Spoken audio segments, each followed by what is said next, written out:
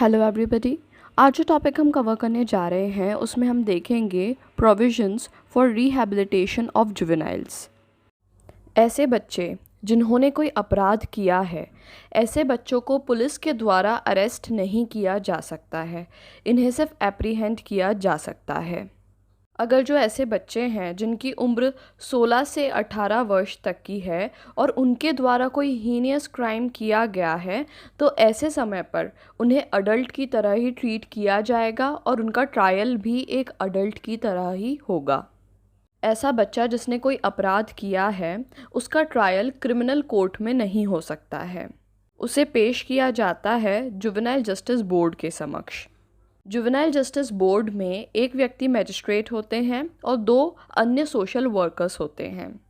यहाँ पर social workers को इसलिए रखा जाता है जुवेनाइल जस्टिस बोर्ड में ताकि वो जो फ्यूचर एस्पेक्ट्स हैं बच्चे के उसको देख सकें और उसके बाद अपना निर्णय ले सकें। बच्चों के कुछ अधिकार होते हैं जो कि बताए गए हैं चाइल्ड राइट्स कन्वेंशन में। अगर बच्चे के द्वारा ऑफेंस किया जाता है तो उसके साथ में अमानुष्य बर्ताव नहीं किया जाएगा, उन्हें कॉर्पोरल पनिशमेंट नहीं दी जाएगी और उन्हें अडल्ट क्रिमिनल से दूर रखा जाएगा। उन्हें इस तरह रखा जाएगा कि उनका करेक्शन किया जा सके। उनको लीगल असिस्टेंस की फैसिलिटी प्रोवाइड की जाएगी। अगर रिकॉग्निजेंस है तो यहाँ पर उन्हें बेल और रिलीज़ प्रदान की जाएगी। प्राइवेसी उन्हें प्रदान की जाएगी और इसके साथ में उनको फैसिलिटीज़ मिलेंगी जैसे कि एजुकेशन, स्किल डेवलपमेंट या फिर स्पोर्ट्स। इन एक्टिविटीज़ में उन्हें इन्वॉल्व करके उन्हें क्राइम से दूर रखा जाएगा। उनके लिए जो जजमेंट होगा वो उनकी उम्र के अनुसार ही होगा। उनकी लिबर्टी पे कम से कम रेस्ट्रिक्शंस लगाए जाएंगे। उनका जो सेंटेंस है उसे ऑटोमेटिकली सस्पेंड किया जाएगा। मेरिट के बेसिस पे उन्हें प्रोबेशन प्रदान किया जाएगा। जो भी प्रक्रिया चलेगी वो कॉन्फिडेंशियली चलेगी। उन्हें अधिकार दिया जाएगा कि उनके खिलाफ़ किसी भी प्रकार का डिस्क्रिमिनेशन ना हो और उसके साथ ही साथ उनके कॉन्स्टिट्यूशनल राइट्स का ख्याल रखा जाएगा। यहाँ पर जो मेजर कंसर्न रहता है ऐसे बच्चे के लिए जो कि डिटेंशन में है क्योंकि उसने कोई ऑफेंस किया है, वो ये रहता है कि उसे किसी तरह से समझाया जाए कि उसने जो किया था वो गलत किया था और उसको इस बात का प्रायश्चित हो। एक समय अवधि के बाद जो जुवेनाइल जस्टिस बोर्ड है वो बच्चे को रिलीज़ कर सकते हैं प्रोबेशन पे। ऐसे बच्चे जिनके द्वारा कोई अपराध किया गया है उन्हें काफ़ी ज़्यादा केयर की आवश्यकता होती है ताकि वो सोसाइटी में दोबारा लौट सकें। ऐसा बच्चा जिसने कोई अपराध किया है उसका रिहैबिलिटेशन किया जाएगा इस बात को ध्यान में रखते हुए कि उस बच्चे की उम्र कितनी है और उसका मेंटल और फिज़िकल स्टेटस क्या है। जो चाइल्ड केयर इंस्टीट्यूशंस होते हैं और जो सोशल वेलफेयर ऑर्गेनाइजेशंस होती हैं ये गवर्नमेंट के साथ में काम करते हैं जिससे कि सॉल्यूशन निकाला जा सके जुवेनाइल के रिहैबिलिटेशन का। इसके लिए जो प्रक्रिया है उसे बनाया गया है ministry of women and child development के द्वारा। सोशल वर्कर्स और प्रोबेशन या फिर पैरोल ऑफिसर के द्वारा इस बात को कंफर्म किया जाता है कि जो बच्चा है क्या वो वापस से इंटीग्रेट कर पा रहा है सोसाइटी के साथ में या नहीं। अब यहाँ पर सवाल ये आता है कि रिहैबिलिटेशन क्या होता है। जो प्राइमरी मोटो होता है किसी भी पनिशमेंट का वो ये होता है कि अपराधी को कम से कम ये समझ में आए कि उसने जो कार्य किया है वो गलत है और उसे इस बात का प्रायश्चित हो। इसलिए जैसे ही पूरा या फिर पार्शियल जो सेंटेंस है वो कंप्लीट हो जाता है उसके पश्चात जो कॉन्विक्ट होता है उसे प्रिपेयर किया जाता है कि वो समाज के साथ में दोबारा जुड़ सके। ऐसे व्यक्ति जो पहले अपराध कर चुके हैं ऐसे व्यक्ति को समाज के द्वारा शंका की नज़रों से ही देखा जाता है। इसलिए ऐसे व्यक्ति जिन्होंने कोई क्राइम किया है उन्हें मेंटली प्रिपेयर किया जाता है और स्किल्स प्रदान की जाती है ताकि वो सोसाइटी के साथ में दोबारा जुड़ सकें। स्पेशल प्रोग्राम्स चलाए जाते हैं जिससे जो व्यक्ति है उसे सब्सटेंस अब्यूज़ से रोका जा सके, उसकी मेंटल हेल्थ पे जो असर हुआ है उसे ठीक किया जा सके और साथ ही साथ जो बच्चा है वो अपनी एजुकेशन को कंटिन्यू कर सके। How does rehabilitation for juveniles work. अगर किसी जुवेनाइल के द्वारा कानून का उल्लंघन किया जाता है तब उसे जुवेनाइल होम्स में रखा जाता है और उसे रिलेवेंट करेक्शनल फैसिलिटीज़ प्रोवाइड की जाती है। और यहाँ पर प्राइमरी मोटिव यही होता है कि जो बच्चा है उसे रिहैबिलिटेट किया जा सके, उसे सोसाइटी के साथ दोबारा कनेक्ट किया जा सके। जो प्रोसेस है रिहैबिलिटेशन की, उसके अंदर साइकोलॉजिकल असेसमेंट किया जाता है, जिसमें देखा जाता है कि ऐसी कौन सी परिस्थिति थी जिसने मजबूर किया जुवेनाइल को उस क्राइम को कमिट करने के लिए।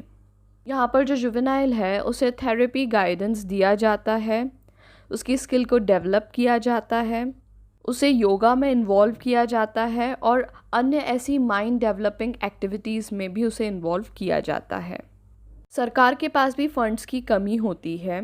कितनी बार बच्चों के लिए ये सारी चीज़ें इंश्योर नहीं की जा सकती है क्योंकि उनके पास भी फाइनेंस की प्रॉब्लम होती है। ऐसे समय पर जो सोशल वर्कर्स हैं और जो NGOs हैं वो आगे आते हैं। गवर्नमेंट, सोशल वर्कर्स और नॉन प्रॉफिट ऑर्गेनाइजेशंस ये सब मिलके बच्चों के रिहैब प्रोग्राम्स को स्पॉन्सर करते हैं। Provisions made by the juvenile justice act for rehabilitation.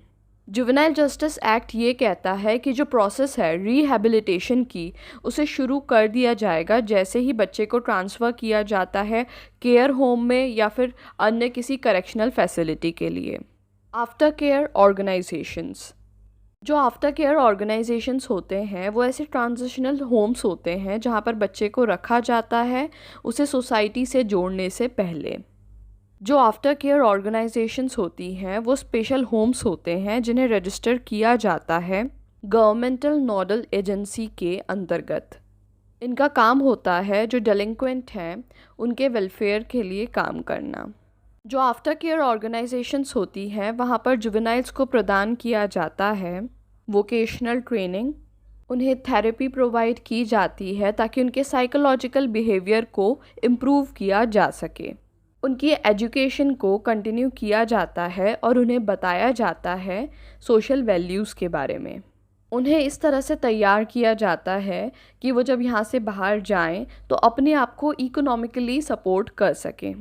उन्हें एक्टिविटीज़ में इन्वॉल्व किया जाता है ताकि वो फिज़िकली और मेंटली फिट रहें। जो जुवेनाइल्स हैं उन्हें ले जाया जाता है आफ्टर केयर ऑर्गेनाइजेशंस के समक्ष जब वे स्पेशल होम्स को या फिर जो चिल्ड्रंस होम है उसको छोड़ देते हैं। उसके बाद ऐसे बच्चे जिन्होंने कोई अपराध किया है और ऐसे बच्चे जिन्हें केयर और प्रोटेक्शन की आवश्यकता है, इन दोनों ही प्रकार के बच्चों को आफ्टर केयर ऑर्गेनाइजेशंस में रखा जाता है। जो आफ्टर केयर ऑर्गेनाइजेशंस होती हैं वो बच्चों की सहायता करती हैं कि वो एक अच्छा जीवन जी सकें।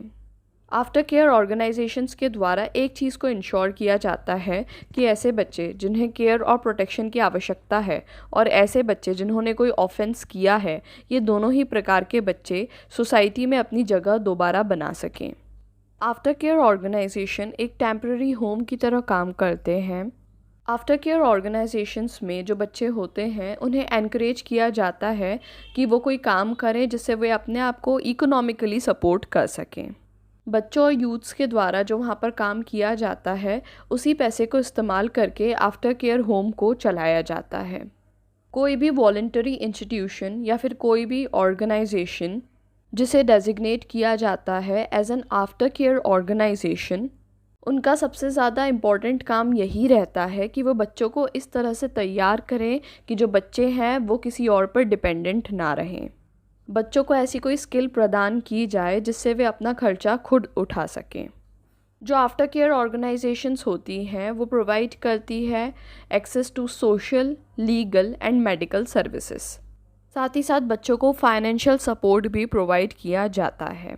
स्पॉन्सरशिप, ये वो फाइनेंशियल हेल्प है जो कि प्रोवाइड की जाती है चाइल्ड केयर ऑर्गेनाइजेशंस को, फोस्टर फैमिलीज़ को, इंडिविजुअल्स को या फिर इंडिविजुअल ग्रुप्स को, जिससे कि ये सारी ही ऑर्गेनाइजेशंस जुवेनाइल के रिहैबिलिटेशन में आने वाले खर्च को उठा सकें। ये जो स्पॉन्सरशिप होती है ये सरकार के द्वारा भी दी जा सकती है या फिर किसी NGO से भी प्राप्त हो सकती है या फिर किसी इंडिविजुअल के द्वारा भी दी जा सकती है। फोस्टर केयर, ये एक नॉन इंस्टीट्यूशनल केयर है जो कि प्रोवाइड की जाती है जुवेनाइल्स को। जुवेनाइल जस्टिस एक्ट का जो सेक्शन 42 है उसके अनुसार जो बच्चा है उसे फोस्टर फैमिली के साथ में रखा जा सकता है ताकि उसे फैमिली एनवायरनमेंट मिले और पेरेंटल केयर मिले। ये दोनों ही चीज़ें एक नॉर्मल रिहैबिलिटेशन इंस्टीट्यूशन में पॉसिबल नहीं है। यहाँ पर बच्चों को फैमिली केयर तो मिलती ही है, साथ ही साथ एजुकेशन भी प्रोवाइड की जाती है। जो फोस्टर फैमिली है उसे पे किया जाता है इस सर्विस के लिए और ये प्रक्रिया पूर्णतः वॉलंटरी है।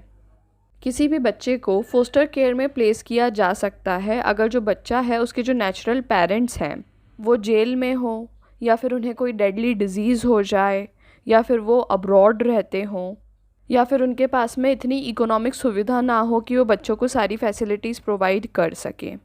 अडॉप्शन के द्वारा मदद की जाती है ऑर्फन्स की, होमलेस बच्चों की, ऐसे यंगस्टर्स की जो कि गलत संगति में हों, और साथ ही साथ ऐसे पेरेंट्स जिन्हें बच्चे नहीं हैं उन्हें भी इसका लाभ होता है।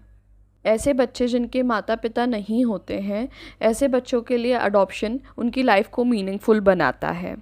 अडॉप्शन के द्वारा एक अच्छा रिलेशनशिप स्थापित किया जाता है पेरेंट्स के बीच में और बच्चे के बीच में, ऑल्दो ये दोनों रिलेटेड नहीं होते हैं। जो सेक्शन 2 सबसेक्शन 2 है जुवेनाइल जस्टिस एक्ट का, वो बताता है कि अडॉप्शन एक ऐसी प्रोसेस है जिसके द्वारा जो बच्चा है उसे परमानेंटली सेपरेट किया जाता है उसके बायोलॉजिकल पेरेंट्स से और वो लॉफुल चाइल्ड बन जाता है उसके एडॉप्टिव पेरेंट्स का, और उसे वही सारे अधिकार मिलते हैं, वही सारी प्रिविलेजेस मिलती हैं और उस पर वही सारी रिस्पॉन्सिबिलिटीज़ होती हैं जो एक बायोलॉजिकल चाइल्ड की होती है। What are the steps taken by the judicial proceedings towards the rehabilitation of juveniles? ऐसा बच्चा जिसने कोई अपराध किया है उसे सबसे पहले जुवेनाइल जस्टिस बोर्ड के समक्ष मौजूद किया जाता है, और जुवेनाइल जस्टिस बोर्ड के अलावा उसे किसी कोर्ट के समक्ष नहीं ले जाया जाता है। जो जुवेनाइल जस्टिस बोर्ड होता है उसके अंदर 2 सोशल वर्कर्स होते हैं, जिनमें से एक महिला सोशल वर्कर होती है। इसे इसलिए किया जाता है कि जो प्रोसीडिंग है उसके द्वारा जो बच्चे का वेलफेयर है उसे इंश्योर किया जा सके। जब भी कोई जजमेंट दिया जाता है तो यहाँ पर इस बात का ध्यान रखा जाता है कि पनिशमेंट तो बच्चे को दी जाएगी, पर साथ ही साथ उसकी रिहैबिलिटेशन का भी ख्याल रखा जाएगा ताकि वो सोसाइटी के साथ में दोबारा कनेक्ट कर सके।